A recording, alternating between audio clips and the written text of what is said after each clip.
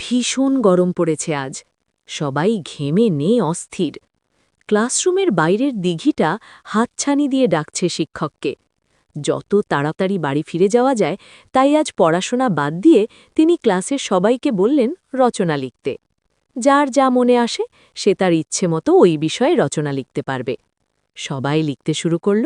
শিক্ষক আরাম করে চেয়ারে বসে একটা খাতা নিয়ে বাতাস কাটছেন নিজেকে। একে একে সবাই খাতা জমা দিল। শিক্ষক সবারটা দেখলেন।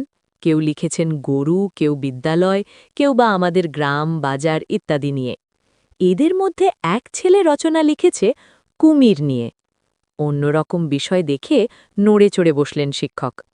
ছেলেটা লিখেছে কুমির উভচর প্রাণী, কুমিরের আছে দুটি চোখ, দুটি কান ও চারটি পা আর বিশাল একটা মুখ, এবং দাঁতগুলো ভীষণ ধারালো। কুমিরটির সারা দেহে খসখসে শক্ত চামড়ার আবরণ রয়েছে, আর আছে বিশাল লম্বা একটা লেজ। সেই লেজে আছে খাঁজকাটা খাঁজকাটা খাঁজকাটা খাঁজকাটা খাঁজকাটা খাঁজকাটা খাঁজকাটা খাঁজকাটা খাঁজকাটা। শিক্ষক হুঙ্কার দিলেন, এই বদমাস, এগুলো কি লিখেছিস? এত খাঁজকাটা কেন? জবাবে ছাত্র বলল, স্যার, অনেক লম্বা লেজ তো, তাই অনেক বেশি খাঁজ। শিক্ষক বললেন, হয়েছে, তোর আর কুমির নিয়ে রচনা লিখতে হবে না, কালকে গরু নিয়ে রচনা লিখে আনবি। পরদিন ছাত্র ২০ পৃষ্ঠার একটা রচনা এনে শিক্ষককে দিল। শিক্ষক তো অবাক।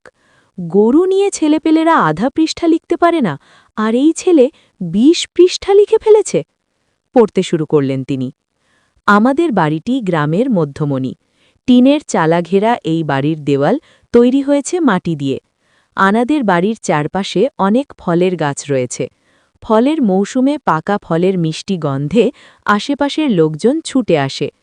আমাদের বাড়িটি ঘিরে সবসময় মৃদুমন্দ হাওয়া বয়ে যায়। গতবার বর্ষা মৌসুমে ভীষণ বৃষ্টি হল।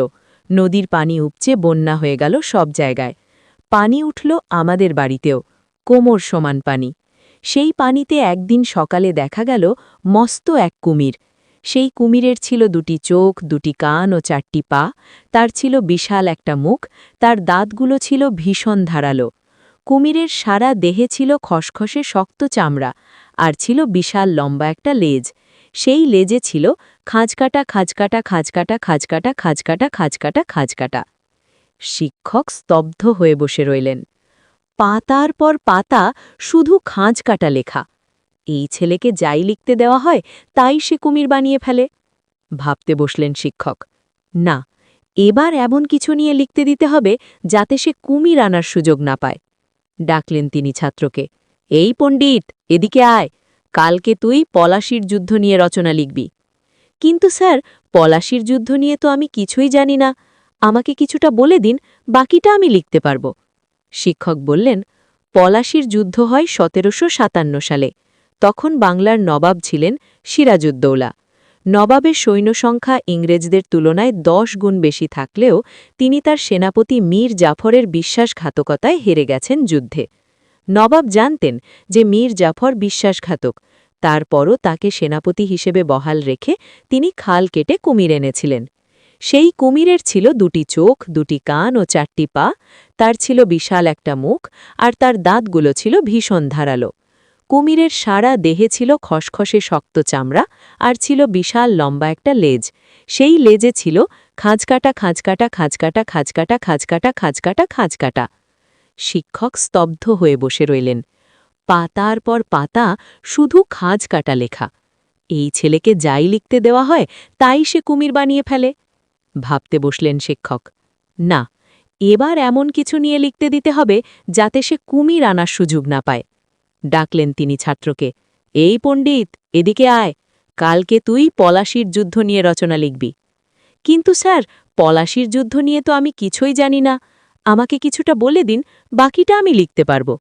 শিক্ষক বললেন, পলাশির যুদ্ধ হয় ১৭৫৭ সালে। তখন বাংলার নবাব ছিলেন সিরাজউদ্দৌলা। নবাবের সৈন্যসংখ্যা ইংরেজদের তুলনায় ১০ গুণ বেশি থাকলেও তিনি তার সেনাপতি মীর জাফরের বিশ্বাসঘাতকতায় হেরে গেছেন যুদ্ধে। নবাব জানতেন যে মীর জাফর বিশ্বাসঘাতক, তারপরও তাকে সেনাপতি হিসেবে বহাল রেখে তিনি খাল কেটে কুমির এনেছিলেন।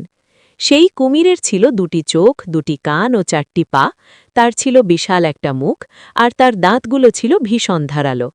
কুমিরের সারা দেহে ছিল খসখসে শক্ত চামড়া, আর ছিল বিশাল লম্বা একটা লেজ। সেই লেজে ছিল খাঁজকাটা খাঁজকাটা খাঁজকাটা খাঁজকাটা খাঁজকাটা খাঁজকাটা খাঁজকাটা।